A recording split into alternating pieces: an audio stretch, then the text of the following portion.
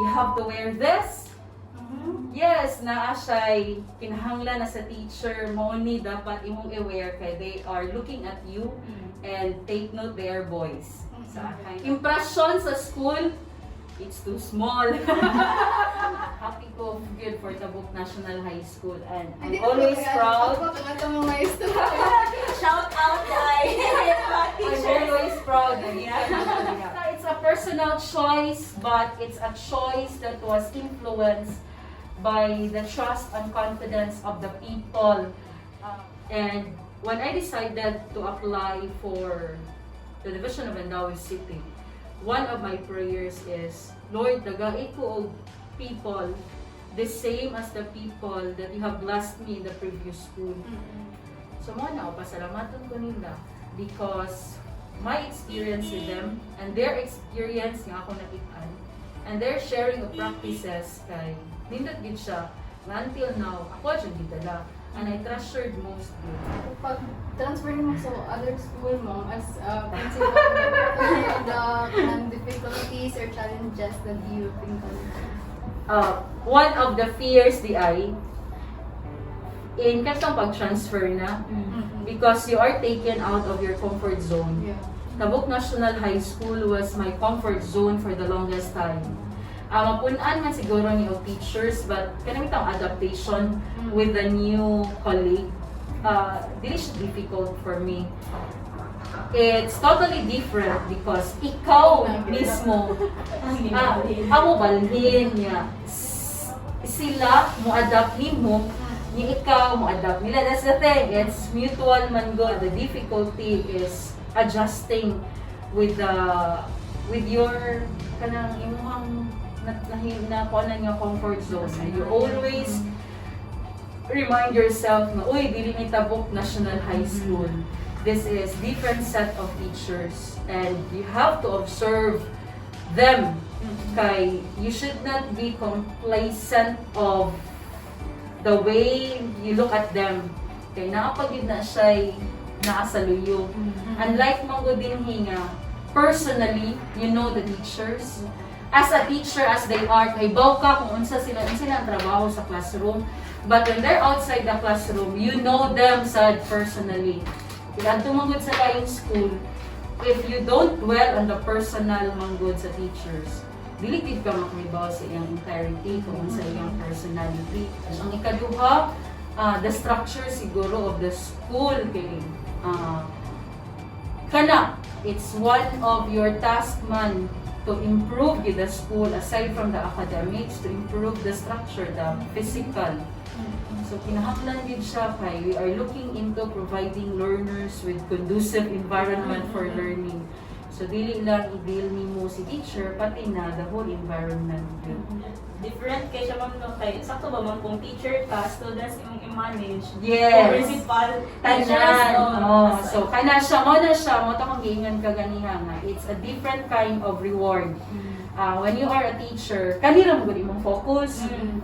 Kanira ilahang kani siya mo imong focus ang ilahang performance, kung dili sila mo drop out, kung na sila behavioral problem, maura na imong address, kung naa sila family problem nga mo affect sa imong iyahang performance sa school, mao sa imong tan-awon. Pero when you become the head of school, ikaw na magdatanan the behavior sa students, sa parents, kanang pagdala nimo sa teacher, the working environment, tanan so yung nandadon. So mo na nga lahi sad siya og reward on my part if you have done something on this as a whole kaysa katulang students. Speaking of kanang you being principal ma'am, let's go back before ka na principal. According to our research team, according to our research team, before daw ka nag-take sa exam for principal, di akong nag-ross, and then something happened. Pwede na mo i-share, ma'am. Pwede na ko i-share. Kuan to, contest to, YC na ko sa diha sa Tabuk. Ang kauban ako ato si Cristela, si Ma'am Tibon, si Carl. They are participating sa contest regional level. December ting bagyo. Pero kay bawo na ako nga na may schedule daan for the test niya. Ako na tong gisubay nga. Kung mauli mi ani at least napakoy a day nga makapahuway ready for the test on that scheduled nga daw. Sus kay na-stranded man mi og a day. Na-stranded man mi. Kay walay kuan, Dili ka kalarga. Kay typhoon. Typhoon. So, pero pagkakadlawon pa to, as si mga people na to, kay nagsingin siya ingon nga, kanang Miss Adams, kanang, walay kuan, kanang bagyon, kung Ma'am Tibon, murag no, manjod. Kaya nagsingin ako check sa DOST, pag-asa, kaya wala may TV sa room, kaya nagstay naman mi sa room.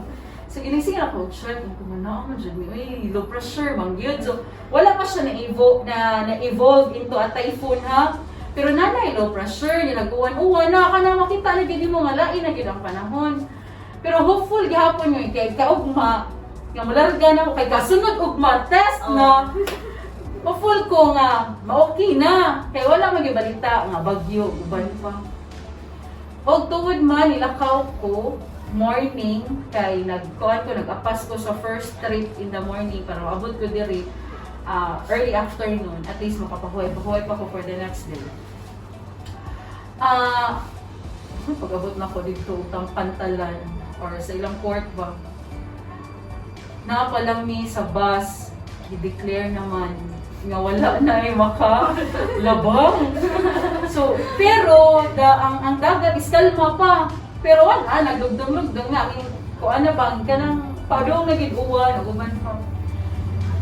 Wala, kay naman. Sa moto, nag-PM ko ni Ma'am Tibon, maano siya ang possible. But waiting paghihapon ni, kay basin i-lift sa Coast Guard anytime, pwede na ako makalabang, kaya wala may gitawag o balo. Wala yung dagko nga waves, as hindi na ako kayo ang dagat. Kaso lang, na naman din siya impending pronouncement nga typhoon na gid siya.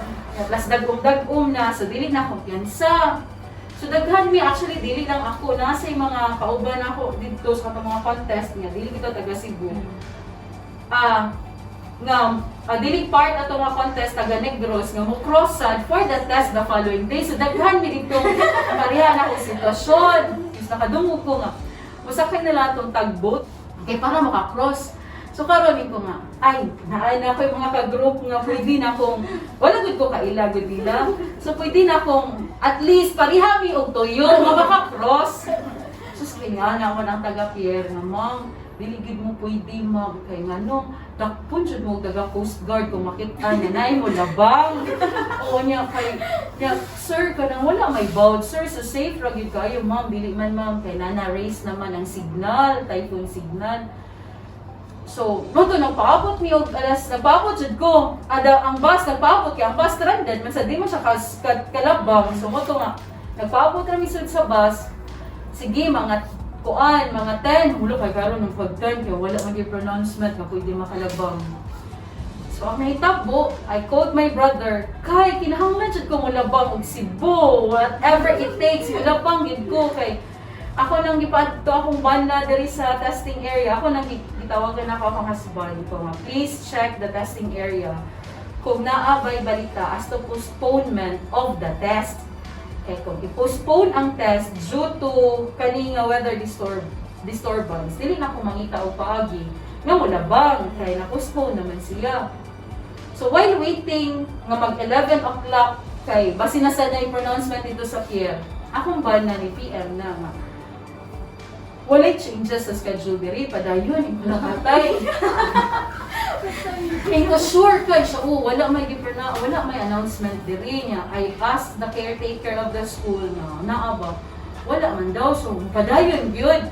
So, at 11 o'clock mo to, ni-text ko, ni Ma'am Tibon, muli ko di sa eskwelahan. Muli ko di sa eskwelahan.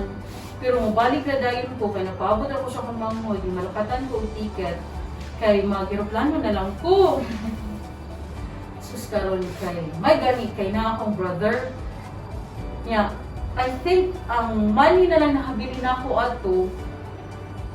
Enough na lang yun nga maka-go bitaw ko for land transpo katong by dagat, by sea nga transpo. Wala ko enough for plane. Yeah. Nabilin biya sila magtibon, may extend pa sila magtibon possible. So, moto nga nabilin ko nila og para extra lang in case mo extended gid sila dito, at least naa sila extra money.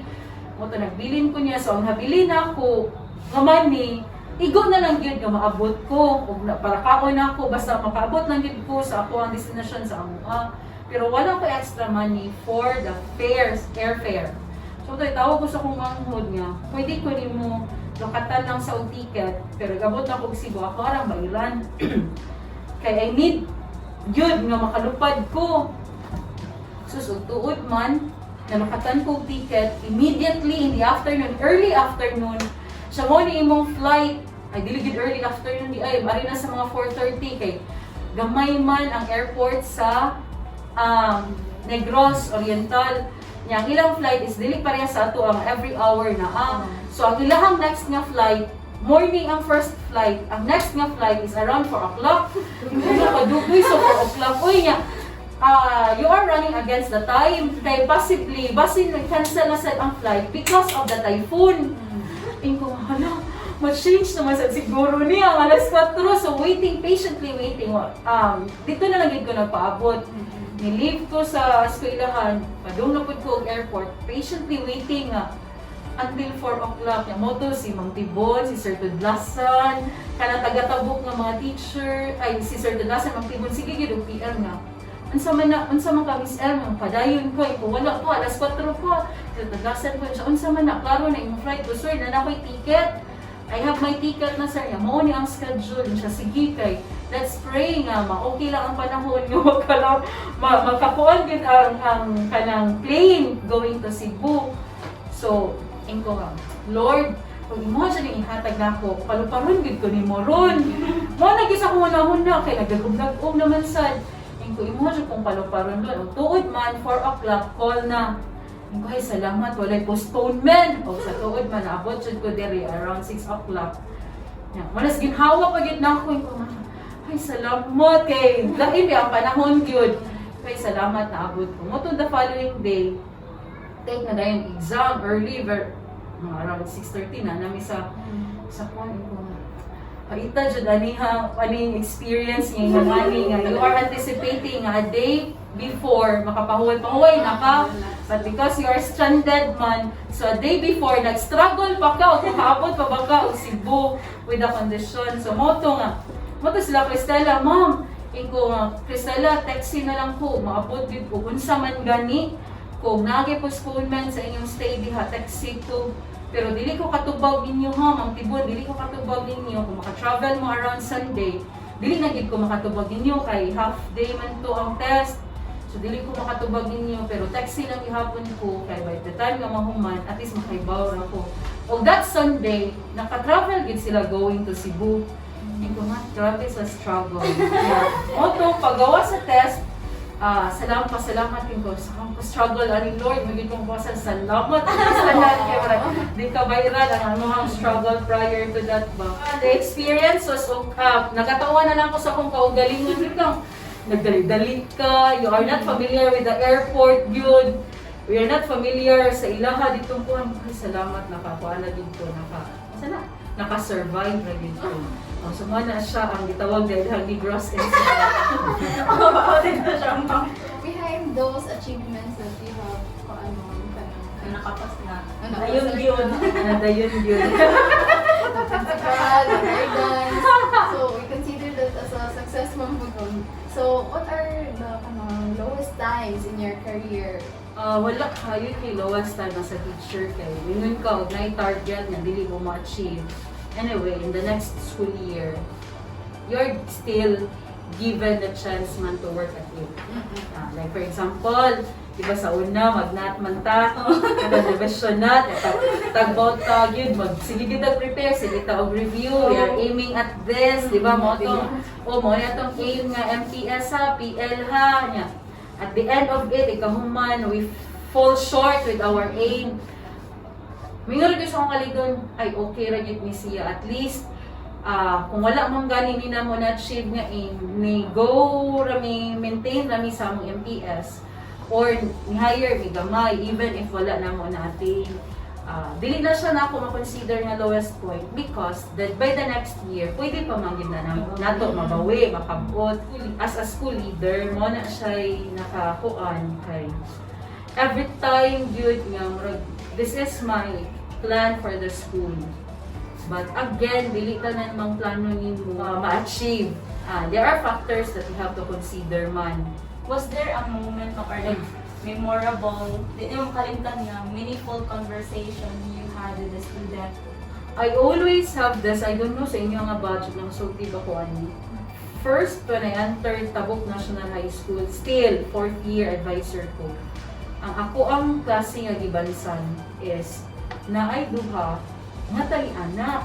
Nasud kong September, na ay mga anak og November, nga nasa mga anak og December. Sunod duha. So, mo to nga kanang ingana niya. I was then 22 years old. I have these students na around 18 or 19 ba to sila at that time niya. Mo na to. Wala ko ha. Again, dili sa pag-ingon niya. I-downgrade na ako ang character but I'm just presenting the situation. Ani. So akong kaugalingan at I still have hopes, I still have dreams, I still have my wants. Pero sila, naana sila ilahang kaugalingon o buhion in the near future.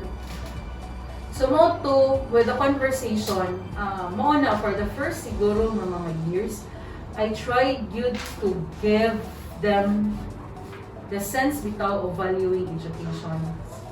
We have plenty of time to enjoy before going to such.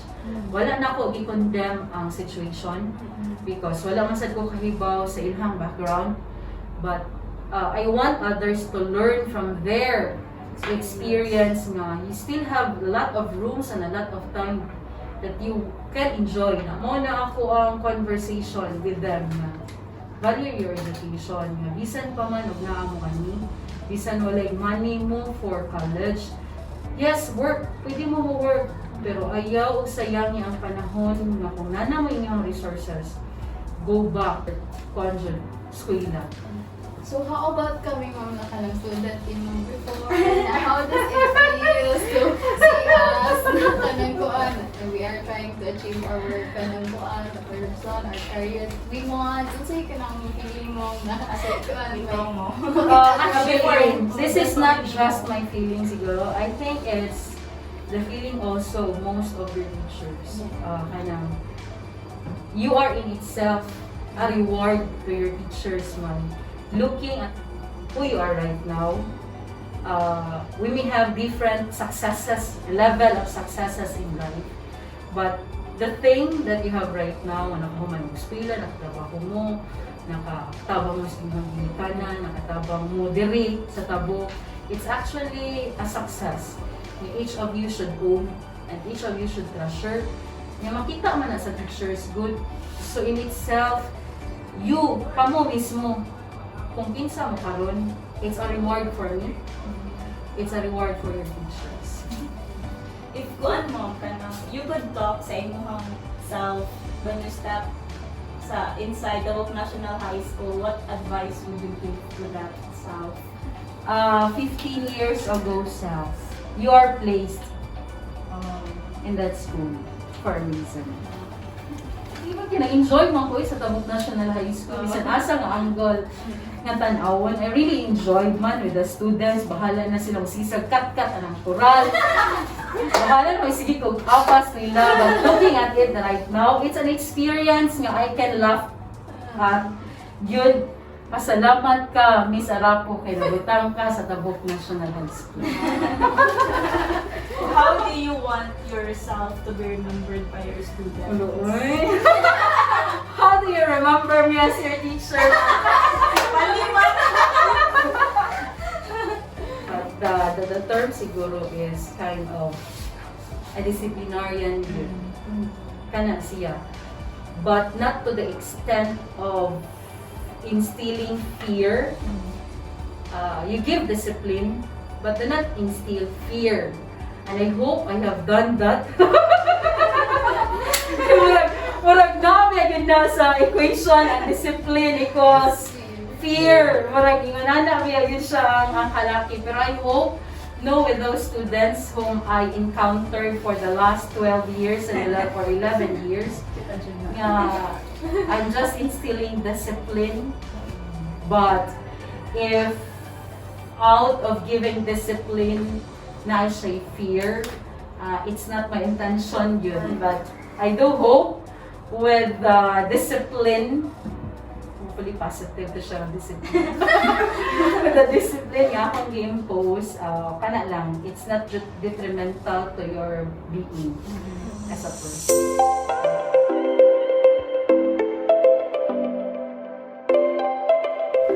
Sige, yun sa'yo ng other. Isunod rin ka mo dyan sa circle. Kanang duhang kamot. Duhang kamot? Yeah, gunitan ni mo. Nasa ubos. Nasa ubos? Asa mo yun sa mali? Asa ni, uy? Ganda yung igaso. Ay! Ay! Para plato! Asa ni? Consider ito. Unsa pa nga For siya? dishwashing. kana. Okay, correct. Sige. Sige. Asa ni? Asa ni, uy? Secret. Ay! Fruit! Ito. Atis? Yes! Wala ganun daw kag-tissue niya. Wala mabasa din ni Ron.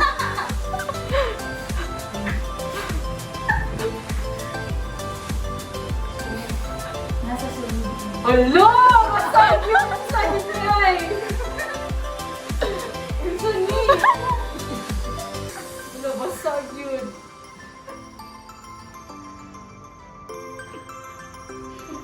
Uy, saan yun?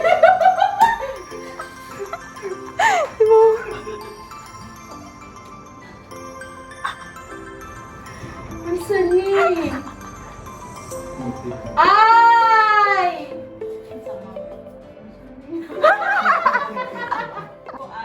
Good for the skin. Aloe vera. Bye kasi mo! Last. Last? Last na. Last na?